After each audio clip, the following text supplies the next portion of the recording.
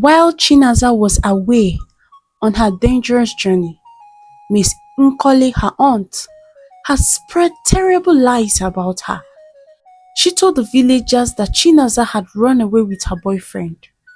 She even faked tears and cried in front of the prince, saying all manner of bad things about Chinaza. How she's stubborn and promiscuous, hoping to make him forget about Chinaza and choose one of her daughters instead.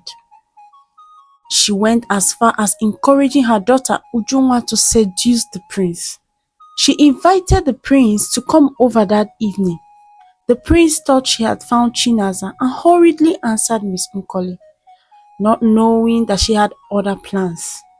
She intentionally left the house with Adeze, her first daughter, while leaving the prince with Uju, whom she had instructed to seduce the prince, get him to impregnate her so she could become the next queen of the kingdom. Uju tried to lure the prince into their room, but the prince refused. Uju then pretended to be sympathizing with him. She started touching him seductively, but the prince immediately rebuked her. "Where is your mom?" he asked. "My prince, my sister had an accident.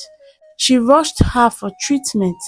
As she replied, the prince walked away angrily.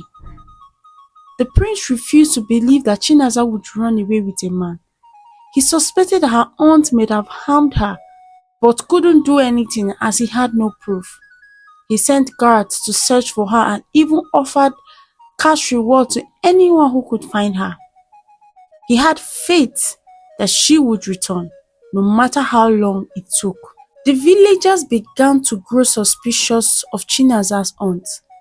They had seen how she treated Chinaza like a slave and a maid. Many of them did not believe her stories about Chinaza running away. Still, they had no proof, and so they remained quiet. The prince, however, was determined to find out the truth.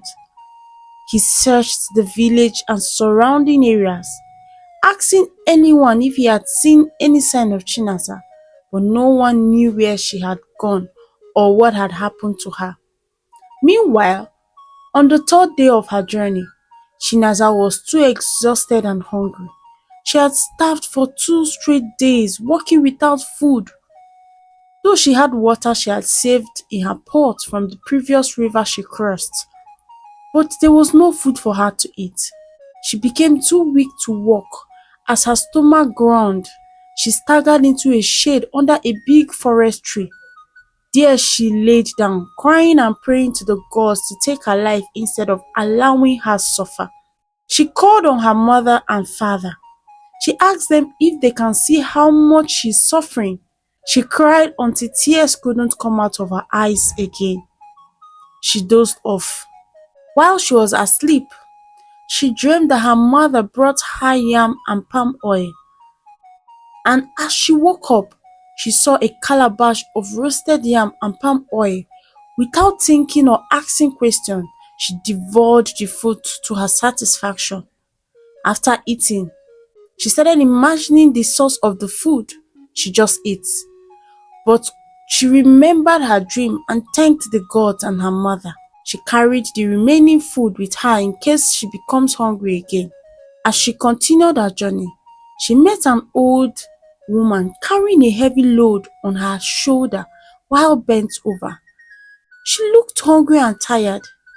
Chinaza felt pity for her and offered to assist her, though she wondered what such an old woman is doing in the forest alone.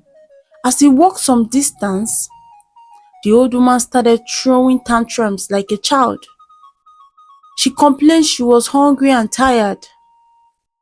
Chinaza asked her some questions, but she ignored her. She started crying. Chinaza offered her the remains of the food she had had earlier and also offered her her last water. After eating and drinking the water, she smiled. "Congratulations, you just passed my test." Chinaza looked shocked. She laughed, congratulating her again that she just passed the God's trial of kindness, peace, love, and tolerance. The old woman transformed into a beautiful lady. The old woman also informed her the right direction to the Agbara Blue River. Chinaza, grateful to the woman, knelt down and appreciated her. As she turned to continue her journey, the woman disappeared. Few hours later, Chinaza finally reached the Agbara Blue River, but her relief was short-lived. Sitting at the edge of the river was the most terrifying creature she had ever seen, a seven-headed mermaid.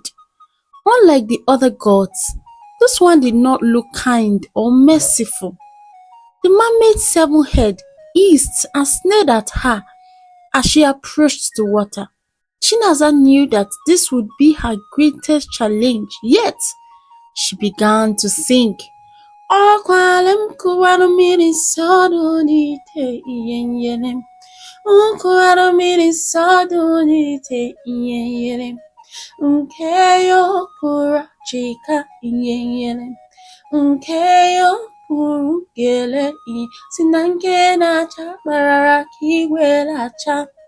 Nkene de pem kiwele de iyenyelem. Mira agbara he. Hoping that her song would soften the heart of the mermaid, as it has done with others. Chinaza's song filled the air as she sang about her journey, her aunt's cruelty, and her desperate need to fetch the water from the river. But this time, the mermaid was not easily moved. "I do not give my water freely," the mermaid said, her seven heads speaking in unison. "If you want this water, you must pass my test." Chinaza trembled with fear, but she knew she had no choice. The mermaid handed her a small enchanted stone and told her to throw it into the river. If it floated, she would get the water. But if it sank, she would be lost forever. Chinaza held the stone tightly in her hand, her heart pounding and her hand shaking. She walked slowly to the river edge, her legs shaking with fear. With a deep breath, she tossed the stone into the water and watched as it fell. For a moment, it sank beneath the surface, and Chinaza's heart dropped. But then, as if by magic, the stone rose to the surface and floated gently on the water.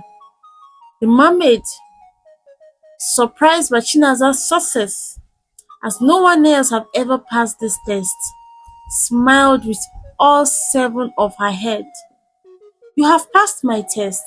Take the water and I will give you a gift for your bravery, for you are a very kind person. Obedience and kind heart is what kept you alive." The seven-headed mermaid transformed Chinaza into a beautiful lady. Her skin glowed and her dress became very colorful. She also handed Chinaza a beautiful golden cup filled with the magical water from the Agbara River. But that was not all. The mermaid also gifted Chinaza with a special power, the ability to heal the sick and command anything she wants, especially wealth. "Use this power wisely," the mermaid warned. "And remember, kindness and bravery will always be rewarded." With that, the mermaid disappeared into the water, leaving Chinaza standing at the riverbank with the precious pot of water in her hand. She had completed the impossible journey. Chinaza couldn't believe she had survived. The journey has been long and dangerous, but she had made it. She began her third day walk back home, feeling stronger and more confident than ever before. Along the way, she thought about how she would use the mermaid's gift to change her life. With the ability to heal and command anything, especially wealth, she knew her life was about to take a turn. But she also worried about what awaited her back in the village. She thought to herself, what if he had found another person whom he loves?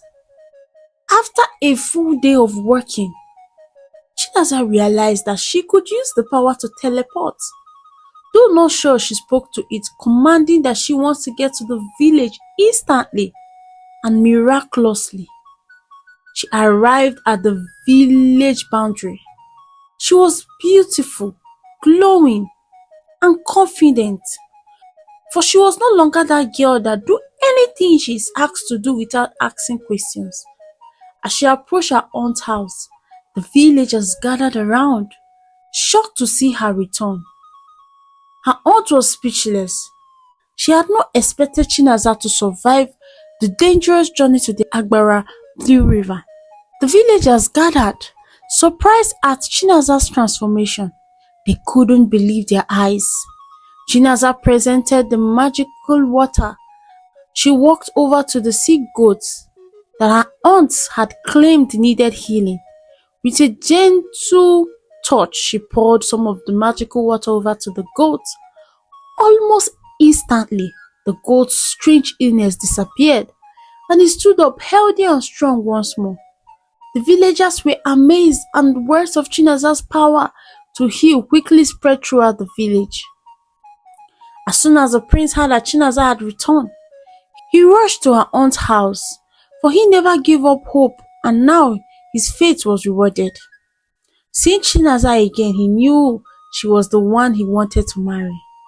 No matter what her aunt had said or done, the prince hugged her tightly and asked her to come with him to the palace, which she followed him, and narrated all that happened and how her aunt was responsible for her disappearance. The prince became furious and wanted to punish her aunt for what she had done to her, but she pleaded, begging him to forgive her. The prince immediately began preparation for their marriage, determined to give Chinaza the grand celebration she deserved. The entire village burst with excitement. The villagers who had once pitied Chinaza for her harsh life, and some who looked down on her, calling her a dirty girl, now admired her for her strength, kindness, and beauty.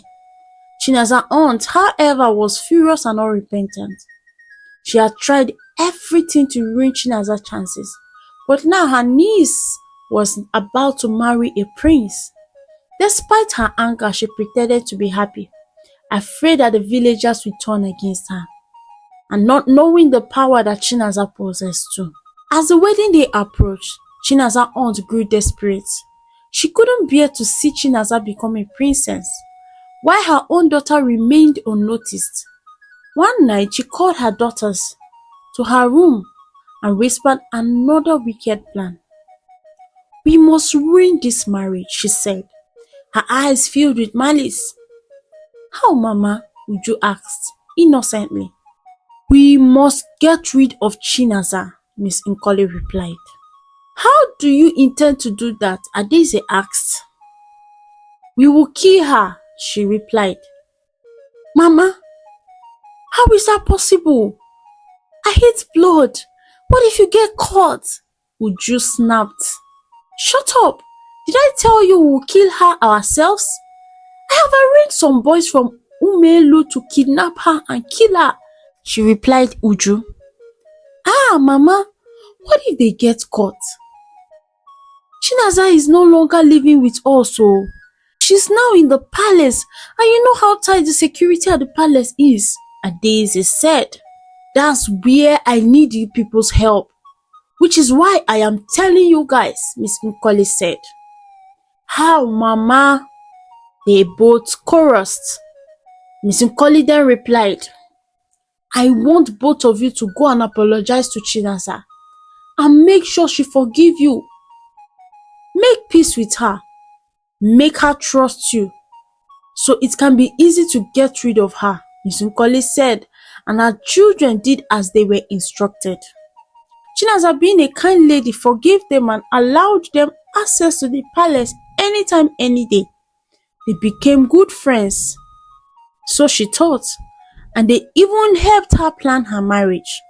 A day to her marriage, Uju told Chinaza that the tailor in charge of her marriage dress wants her to come for fitting. Excited, Chinaza followed her. Uju discouraged her from allowing guards to follow them. On their way, Chinaza was ambushed and caught. Uju, who watched and laughed out loud, ran home to inform her mom of the success of their plan. The kidnappers took Chinaza to Umelu, to a secluded hut, a lonely path. They were two hefty men, well built and strong. One started admiring Chinaza's beauty, suggesting that they hold her captive and turn her to a sex slave, which the other refused. Sitting in the dark room, Chinaza cried, for she overheard their conversation as they argued. "Remember, Madam Nkoli instructed us to kill her," the other man said. "Yes, but you see how beautiful she is? Ah, she's too beautiful to be wasted," the other said. "I'm your boss and I say no." "Okay, boss, but please, I would love to have a taste of her before we get rid of her." "Me too," the boss replied. As they were still talking, Chinaza became desperate to escape. She forgot the power that she had, and that all she needed was to say a word. Meanwhile, the prince had started searching for Chinaza in the palace. The maids had informed him that she went for her dress fitting. But the prince felt differently, for he had a hunch that something was wrong with her. He then ordered the guards to go to the tailor's place and escort her back. The guards got to the tailor's house and was informed by the tailor that she never visited. They rushed to inform the prince, who immediately interrogated the guards and maids who were in the palace when she left. They all confirmed that she went with Uju, so he immediately set out to Miss Nkoli's house. On his way, he met Uju on her way to the palace. "Where is Chinaza?" the prince asked calmly. "I learned both of you left the palace together." "Yes, we did, my prince. She asked me to escort her for her dress fitting, but on our way she remembered we haven't gotten waist beads, and so she asked me to run to the market and get it for her," Uju said as she showed the prince the beautiful beads in her hands. "She should be back," Uju continued. "Let's go to the palace, your highness. Let her check if she likes this one, or I will replace them." "She's not in the palace," the prince replied. "Did she tell you she will be going elsewhere?" the prince asked. "No, your highness," Uju answered. "Let's go to your place. Maybe she will be with your sister," the prince said as they headed to her place. On getting to Miss Nkoli's house, her first daughter pretended to be sick. She laid in the courtyard. The prince asked after Chinaza, but didn't get any positive feedback as Miss Nkoli claimed to have been too busy nursing her sick daughter. The prince left in frustration. Meanwhile, Chinaza remembered the power she had gotten from the seven-headed mermaid and decided to use it. She closed her eyes and called unto her ancestors to rescue her, and as she opened her eyes, she saw herself in a lonely part close to the palace. There, one of the guards assigned to look for her saw her and assisted her to the palace quietly. On getting to the palace, she narrated everything that had happened to the prince. The prince, in anger, ordered the guards to bundle Miss Nkoli and her children into the palace that night. An order was given that they remain in prison till after the wedding the next day, before judgment will be passed. The marriage ceremony started that day. All rites were paid and the main marriage ceremony commenced. Suddenly, Miss Nkoli appeared from nowhere, acting wild, as though she was mad. She started destroying things and made her way to attack Chinaza with a big wood in her hand. But Uju, her daughter, was already in tears and trying to stop her.